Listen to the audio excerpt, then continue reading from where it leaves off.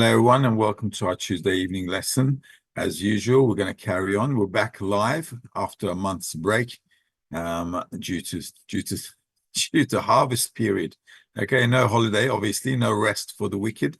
So we're going to carry on back here as usual. We're carrying on with the excerpts where we left off from. Item number 23, and the topic is everything is attained by the power of prayer. So hopefully we'll finish this before the Congress, and hopefully we'll be able to squeeze a lesson in before the Congress to prepare ourselves for the September Congress. All right, any questions, as you can always ask, and we'll try to answer them from the material as best we can, and we'll all find answers together. All right, Rabash article number 10, concerning prayer, item number 23. Before one knows that he cannot obtain the vessels of bestowal by himself, he does not ask the Creator to give them to him. It follows that he does not have a real desire for the Creator to answer his prayer. For this reason, one must work to obtain the vessels of bestowal by himself, and after all the work that he has put into it without obtaining it, begins the real prayer from the bottom of the heart. At that time, he can receive help from above. As our sages said, he who comes to purify is aided. But since this prayer is against nature, since man was created with a desire to receive, which is self-love, how can he pray to the Creator to give him the force of bestowal while all the organs oppose this desire? This is why this work is called prayer, meaning he must make greater efforts to be able to pray to the Creator to give him the force of bestowal and annul man's force of reception. Rightio. So let's go sentence by sentence as usual. Before one knows that he cannot obtain the vessels of bestowal by himself, he does not ask the Creator to give them to him. Okay, so it follows that he does not have a real desire for the Creator to answer his prayer. Now, there are 2 points here which we really need to understand in the work. One is we need to come to the understanding that I cannot bestow with my own effort, simply because my nature will not allow me to do so.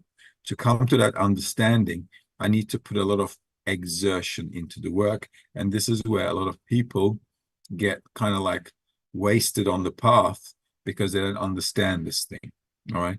In order to attain something which is not in my nature, I first have to, obviously, by nature, by default, try to get it, right? Because in life, what do? We try to attain the things we want by exerting effort. So naturally, when we're studying the wisdom of Kabbalah, we naturally exert effort in anticipation and expectation that we're going to come to bestow. Okay. However, that doesn't really pan out. As we work more and more, we begin to understand that self-reception and self-love is our nature, and there's nothing we can really do about it to change it, okay? And until we come to that understanding, there is no way we can actually pray. It's not possible to, okay? Everything else until then is like lip service. It's like babies crying for, or kids crying for, I don't know, candy. All right, because it's just not real. So it follows that he does not have a real desire for the Creator to answer his prayer. And this is exactly what's happening here.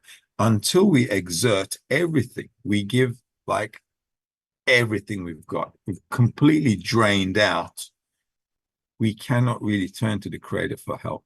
So everything else in between is called lip service, and it's just called not a real prayer. Okay, it's wishful thinking, but not a real prayer. All right, for this reason, one must work to obtain the vessels of bestowal by himself. So I've got to do my best. Okay, in Turkish, there's a saying, destiny loves effort. All right, maybe you've heard about it, right? Destiny loves effort. So until we give it all we have to attain the vessels of bestowal, we can't really come to a prayer. So our work must consist of a lot of exertion.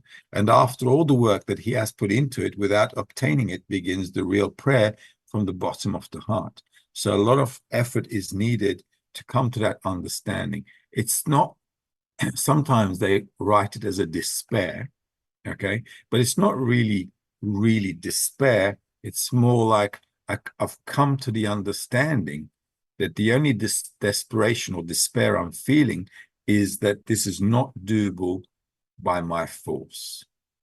All right, that's the despair. So we're not despairing, we're not in despair, or we're not kind of hopeless that we're not going to attain the attribute of bestowal, but the despair is an understanding that my efforts and everything I've done is not going to cut this. All right, so this is how, this is then we can say to the creator, listen, dude, I've done all I can. Okay, and this is the I'm maxed out. Okay, this is like, I was just finished at high intensity. Okay, and I'm maxed out. So here you've got to like come in, and this is the time when the creator can really help a person. If the creator sees, feels, and understands that that person is really giving it all consistently through the good and the bad. It's like, think of our relationship with the creator like a love and hate relationship in a marriage. All right, you feel like you can't do with them, you can't do without them. Okay, so we're constantly going up and down and up and down and up and down, but we're holding on. Okay, both parties are holding on. Okay, so everybody's holding on, nobody's letting go, but we understand it's turbulent, and on the other hand, we're committed, right? And that's the kind of attitude we need, because life's bringing a lot of ups and downs. So we need to demonstrate that we really want to have the vessels of bestowal. And the only way to really put it out there is to show the creator, look, I've been through hell and back, and I'm still around. Okay, so now a little bit of help from your side would be appreciated. Okay, and that's the kind of understanding we need to get to, right? At that time, he can receive help from above. As our sages said, he who comes to purify is aided. And that really is the case. In fact, you don't even really need to attain spirituality to come to that feeling. Whenever we have a hard situation, right? If we just do a small effort, just drag our feet a little bit, then you can kind of come to this line where you cross over with your effort, and then it all kind of like fits into place. It all comes into place, and then you can flow with the group. Okay, so many mornings, right? I'm still having dramas getting up in the morning to the morning lesson, right? And I've been getting up for 23 years. So, all right, but this still happens. And why? Because the coarseness is always increasing, right? So all you have to do is you just need to make that extra effort and just throw yourself out of bed. And once you throw yourself out of bed, you hit the ground, and then you can come up. All right, and then you can get out and start the lesson. So it takes a little bit of push on everything we feel hard to just allow the creator to complete the rest. So with every action actually that we're doing, wherever we find hardship and it's hard to push forward, just a little bit of effort by using the environment around us as a support mechanism, you can feel that the creator is bringing the rest for you. And this is already a sign that this is what he's talking about. So at the end of the day, you're also accumulating your effort, right? Day by day, day by day. What's happening is you're putting like a penny in your piggy bank every day, right? So $1 a day, later on, it's going to take you far away, let's say. So every day I'm putting in my $1 a day into the piggy bank, and then whenever I need to do, whenever I need something I need to buy, it's like parents putting the rest on top. And that's how the creator works. So I've got a piggy bank, I've filled it up, I want to get something, it's not quite there, and the creator is going to compensate the rest, just like parents do. But since this prayer is against nature, since man was created with a desire to receive, which is self-love, how can he pray to the creator to give him the force of bestowal while all the organs oppose this desire? This is why this work is called prayer, meaning he must make great efforts to be able to pray to the Creator, to give him the force of bestowal and annul man's force of reception. Now, here's the trick. The more we work with the intention to come to bestowal and not receive anything for ourselves, the more the desire to receive will be against that. Okay? Because our nature, like he says here, is a desire to receive for ourselves. So the more I'm working with an intention to bestow, my body is thinking, well, wait a minute, I'm not going to get anything out of this. So what's the point? Okay. So that's the body's excuse and the argument. So accordingly, every time we make an effort to bestow, the body is like putting a wall in front of us because it doesn't see any benefit in bestowing to others. If we were to get something in return for our effort and we were to see it actually, or believe in it like they do in religions, right? I do this and this and this, I'm going to go to heaven. So nobody really feels any resistance to the work. Okay. So everybody's happy to do their religious duties. All right. You know, they can pray 5 times a day here, even, 5 times a day, going back and forth, back and forth. They're happy to do that. Why? Because my expectation is huge. I'm going to go to heaven, man. You know what I mean? That's like nothing compared to this place. So the body, because of that belief, has no resistance because it's like a guy who's working and at the end of the day, he knows he's going to get a lot of money for it. So he's got motivation. Okay. And same here. But with us, there cannot be any motivation because the full work is towards giving everything to others. So how can I possibly motivate myself to give everything and receive nothing when it's completely against my nature? This is exactly the scenario we need to come to a prayer. This is why this inner conflict inside of us must always happen. If we're not struggling inside, if we're not in this inner tension, constantly arguing with myself about why I need to bestow, why this is important, and my body is telling me, nah, don't be ridiculous, man. Let's go and have some fun. Okay. So this constant battle inside needs to happen because it allows me to actually clarify where I'm at. Okay. And this clarification is important. Otherwise, I can't come to the feeling that I don't have the force to change myself. All right. This is why our work is in between 2 lines. All right. In religions, they just have 1 line. I'm going to do this and I'm going to get my results. Same if I have a corporeal life as well. So if I was working for corporeality and so on, I'd be in 1 line as well. I'm doing whatever I need to do according to the laws of this world, and I want to get results. That's working in 1 line, which is compatible with our nature.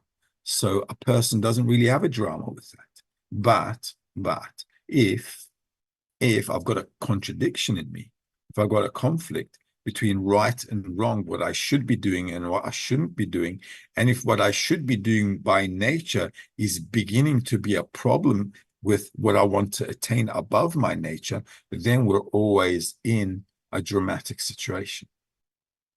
And this tension needs to exist. And you really have to get used to working under this tension. And it sometimes really overwhelms a person. It really overwhelms. It's like you don't know what to do with yourself. You don't know what to do with your life. You don't know what's right, what's wrong. You are a big mess. Okay. And that's how it is. Okay. But these are exactly the moments where a person can turn to the Creator. So it's not a bad thing. You just have to know how to, how to turn the table to the Creator, because that's why we're going through all this stuff. Okay. It's kind of building us up to come to this real prayer so we can kind of like scream it out rather than read it from a book. All right. So a person has to be built inside of us by going through this back and forth motion of feeling that tension all the time, right and left, right and left. All right, let's go to item number 24. You guys stop me if there's a question or not. There is. SOK is asking, do all of us, friends, or at least most of us in the 10, have to come to this state that we've done all we can? How does the whole group come to the feeling that we can't do it without prayer? Well, when we're doing this work, it's a bit of an individual work. Okay, I mean, we're working in the 10, that's for sure.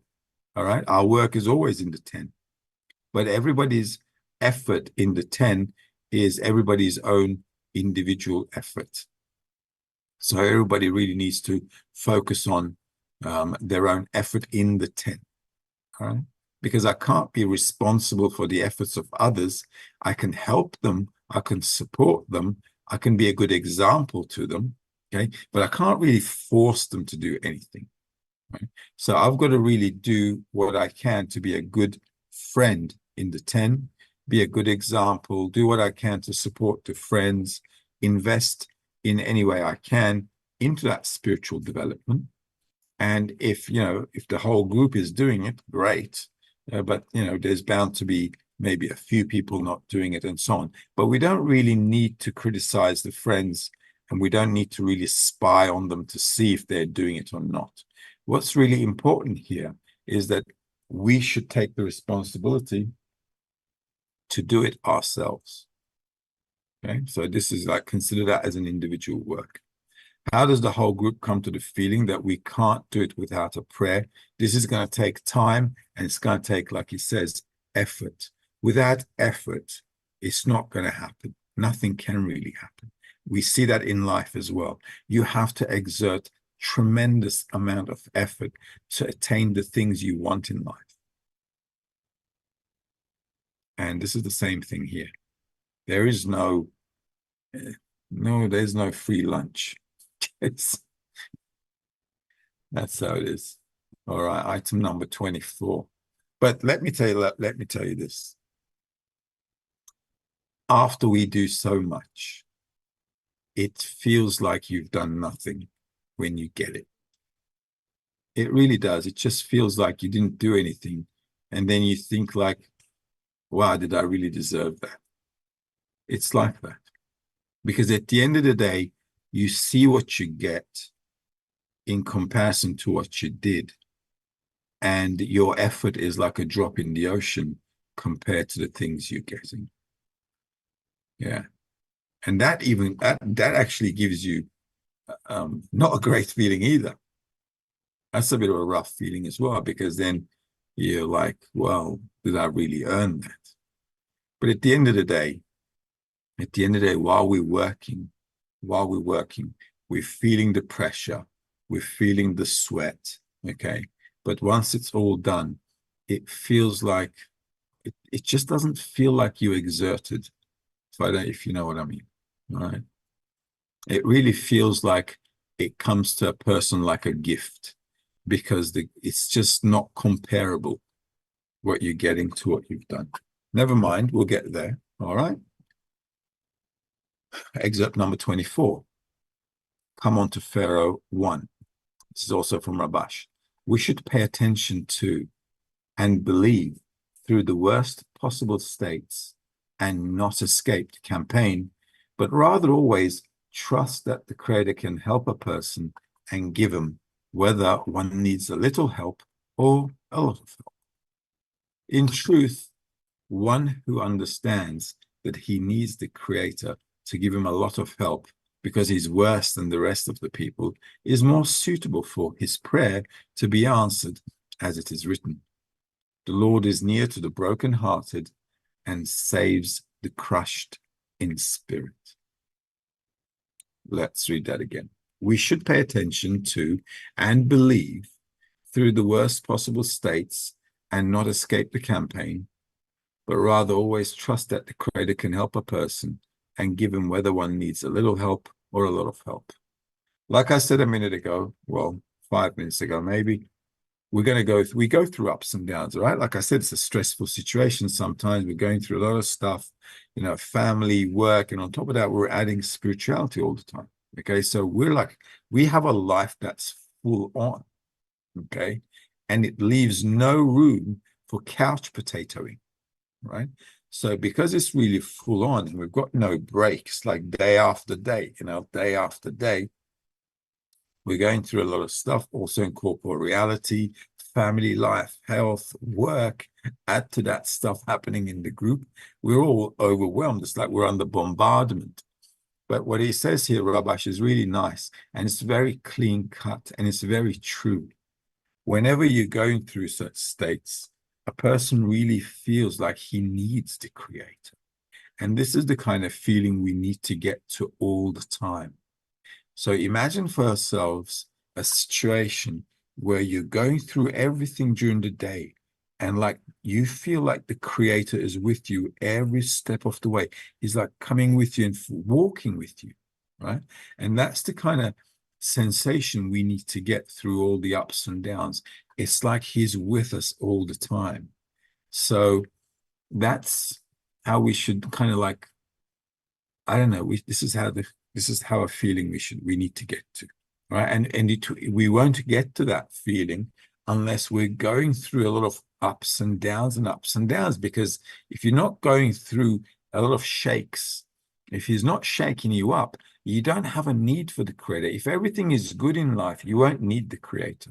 Nobody's going to ask for the Creator. Nobody's going to miss the Creator. Nobody's going to do anything with the Creator if you have a good life. It's just not going to happen.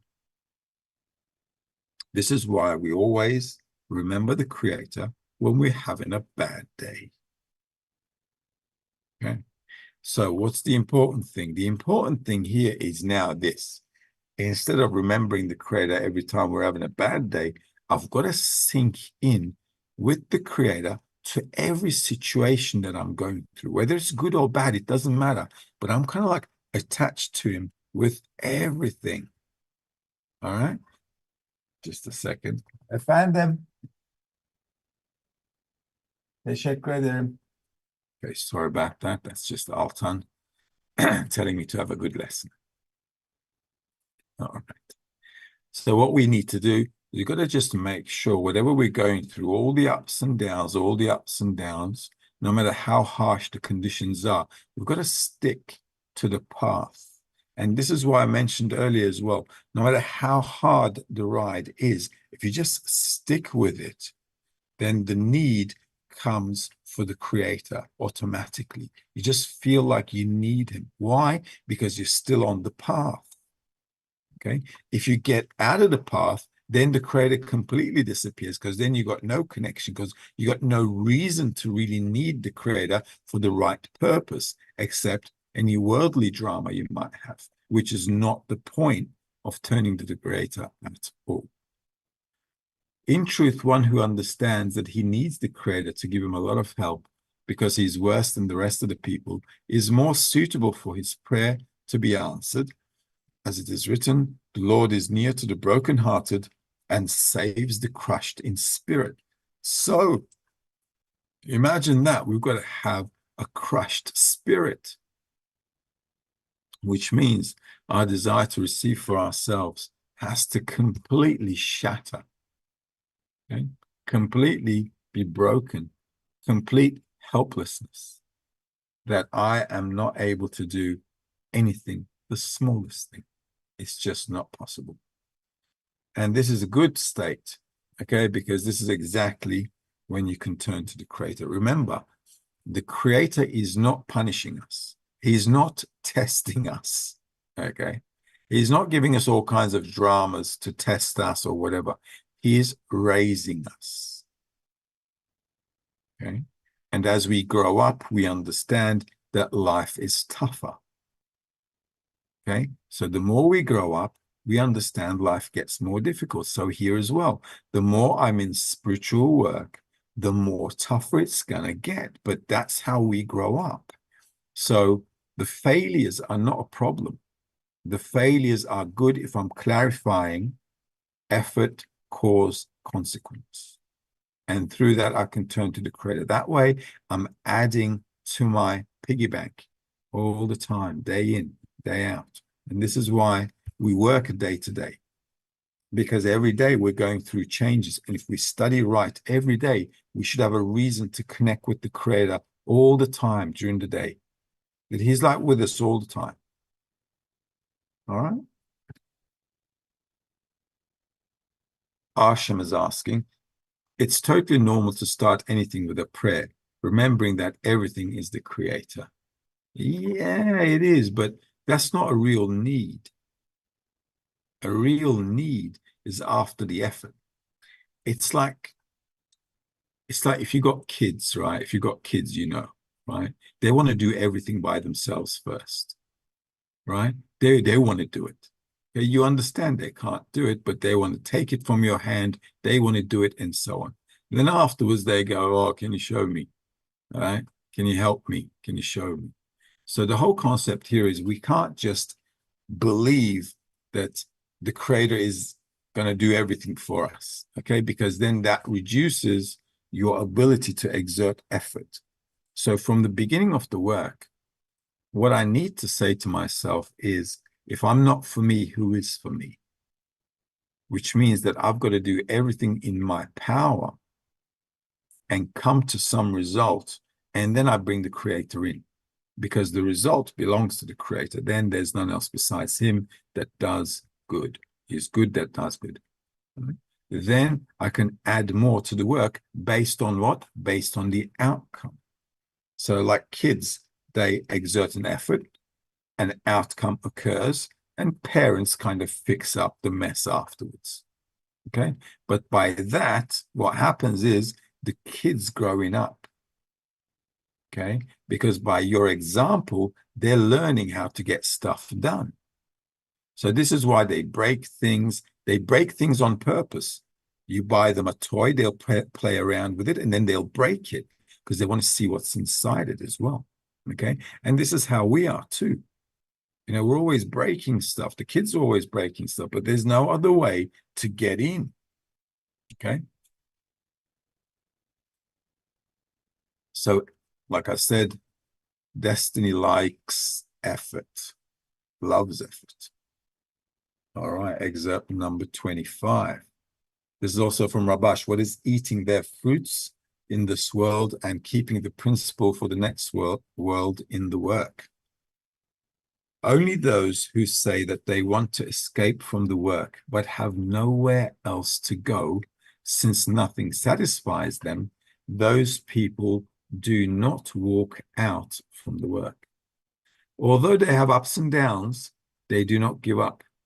This is as it is written, and the children of Israel sighed from the work, and they cried, and their cry went up to God from the work. In other words, they cried out from the work because they were not advancing in the work of the Creator, so they could work in order to bestow contentment upon the Maker. At that time, they were rewarded with the exodus from Egypt. In the work, this is called emerging from the control of the will to receive and entry into the world of bestowal. All right, so let's do this again, sentence by sentence. These are really nice. These are really nice, clean excerpts. Okay, really like, touching the point. Only those who say that they want to escape from the work but have nowhere else to go, since nothing satisfies them, those people do not walk out of the work. So this is also a sensation. You look at your life, you evaluate your life, and you think to yourself, well, what is my life anyway? Okay. So you think to yourself, well, what is life? 2 days, 3 days? How many days I've got left? I don't know. Okay, I could be dead tomorrow. We don't know. All right. So what we have to do is to understand, first of all, we have to come to an understanding that although the work is really pushing us and pressuring us, we need to come to an understanding that there's actually nothing else in life to chase and to go after. Right? So that's an understanding we need to come to. If I come to that understanding, then I won't leave the path. I'll hang on there. Somehow, one way or another, I'll just hang in there, stick my head in there and like stick it out. Although they have ups and downs, they do not give up. This is really important once again. All the ups and downs, a person must just trot along. Okay, just keep walking. This is as it's written, and the children of Israel sighed from the work, and they cried, and their cry went up to God from the work. So this is the building up of the prayer. Obviously, they're having a hard time in Egypt because they're enslaved to their desire to receive. Right? Pharaoh is controlling them. What's the Pharaoh? Pharaoh is a person's egoism. It's always making us run around for silly, childish things. And as we grow up, we're becoming sick and tired of it. So we want to get out, and we can't. So that's the time for prayer. In other words, they cried out from the work because they were not advancing in the work of the Creator, so they could work in order to bestow contentment upon the Maker. So we're working and working and working, and we just cannot bestow. All right? Just not possible to bestow. Come to that understanding, you come to a prayer. At that time, they were rewarded with the exodus from Egypt. In the work, this is called emerging from the control of the will to receive and entering into the work of bestowal. So once we're out of Egypt, once we're out of our egoism, self-reception, that's pretty much entering into spiritual sensations. This is why, as long as we are feeling our lives inside of ourselves, we cannot feel anything related to the Creator. Okay, so nothing spiritual. Okay, so Mahir is asking, my desires are so many that for some reason I cannot reduce them to an intention so that I can come to a prayer. I'm confused, friends. I'm confused whether to pray inside or pray for my rehabilitation. What does the Creator expect of me? The Creator expects you to put some backbone into it. Mahir, you go to the gym every day, yeah? Do you? Yeah, because I saw you had some triceps there. Okay, so you're looking after your body, right? Yeah, I'm sure Melike is a good cook too. She's looking after you because you're like nice and, healthy, all right? And that's fine. But we have to understand that we also have to look after the soul. So just like you're looking after the body, you got to build a system where you're looking after the soul. And the more you start to look after the soul, then you begin to understand where this is not working. You're trying to improve this and you're just failing, or you're not able to do, or you don't even have the strength to do it. Okay, you can go to the gym, pump iron, but when it comes to, turning on Zoom to have a meeting with the friends, you're like, no, I can't do that. It's just too much work. Okay, and this is why we need to work on growing the soul, the connection between the friends. If you don't work on that, there's nothing to pray about. The only time you can come to a prayer is when you exert effort to get something and you keep failing and you're unable to get it. Then you can pray. All right? So if you're not coming to the prayer, if you don't really know what to pray for, it means you're not putting your effort in the right place. You see what I mean? Okay, so that's the way to get rid of confusion. Ingrid is asking why one skips one day with friends and feels that he has lost a lot of forces of connecting with friends. Well, because that's exactly the situation.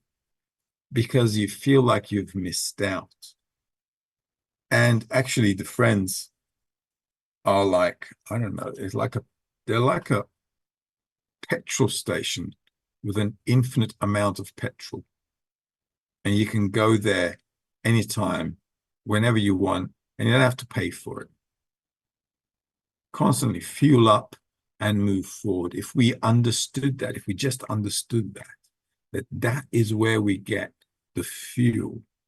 And all I have to do is just put that one foot across the line to make the effort and turn on that Zoom and connect with the group, okay? It would all be over. Okay, but making that first move is always a drama. It's a drama for all of us, and so it's a drama even when you're in spiritual level. It's even a harder drama because your coarseness is more. You understand the necessity, you know the necessity, and it's obvious. Okay, while we're studying in the group, it's not so obvious. But in spirituality, you need the friends more than you can imagine.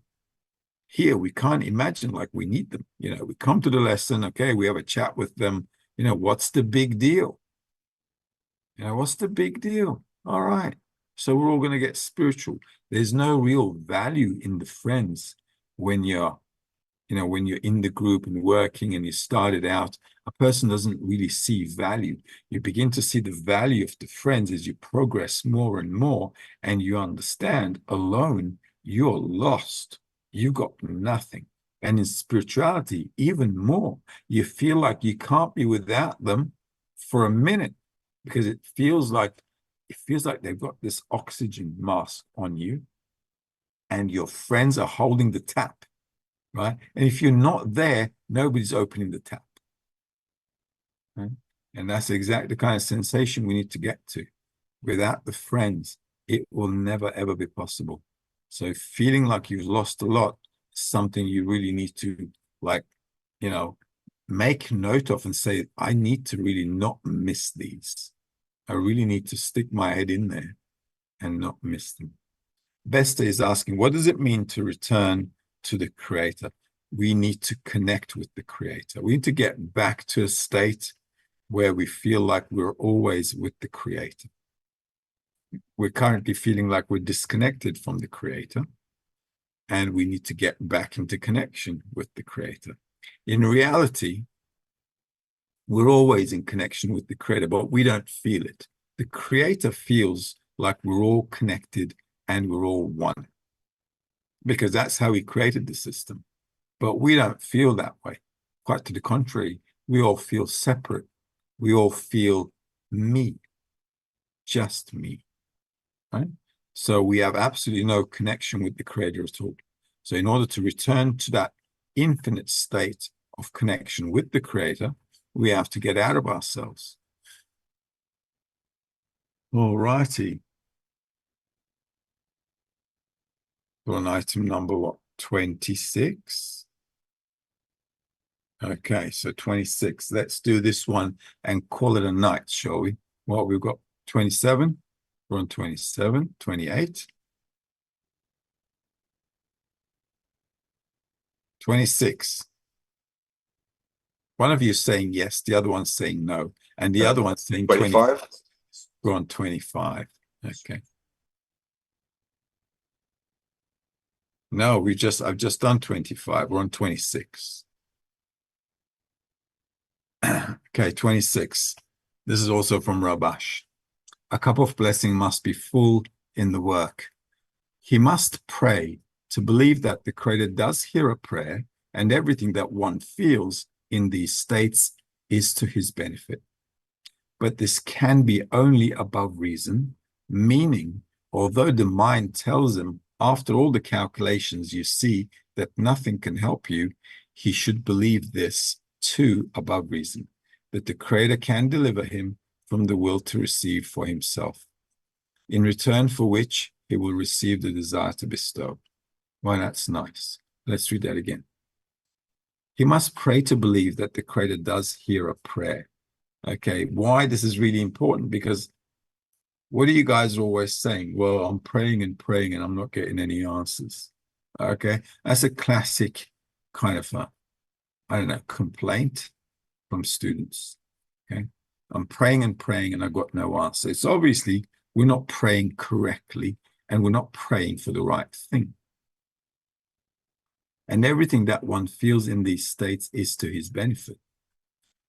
But this can be only above reason, meaning although the mind tells him after all the calculations you see that nothing can help you, he should believe this too above reason, that the Creator can deliver him from the will to receive for himself, in return for which he will receive the desire to bestow. All right. So at the end of the day, if we exert enough effort, we will also come to the belief. You will get to that belief if you exert all your effort, you will come to a belief that the Creator will help. Okay? Because there's no other choice left. That's how you come to a belief. All right? A belief isn't something that I believe is going to help me. Initially, he's talking about going above reason, that the Creator will help. On the path, a person must believe that the Creator will help him above reason, like as in blindly. But the more effort you exert, you come to an understanding that the Creator will help, because there's no other choice. There's no other way. So for you to come to that understanding that there is no other way, okay, you're exerting a lot of effort, and then you come to the understanding there is no other way, so he's got to help because nobody else can. Does that make sense? All right. So initially, we do go above reason, that the Creator will help us. We believe he will help us. Is good, that does good. This is why the Kabbalists are writing it so. And that's fair enough. Okay. But you'll come to really believe it after you attain spirituality. But your belief will be stronger and stronger as you exert more effort and see that with your effort, this is not going to happen. And an outside force must come into play. I hope that makes sense. All right. And I don't think we've got any more questions. I think we've answered them all. So in the hope that we'll have a great Congress, hope you guys have a great week, and we'll see you guys next Tuesday, God willing. All the best. Have a good one.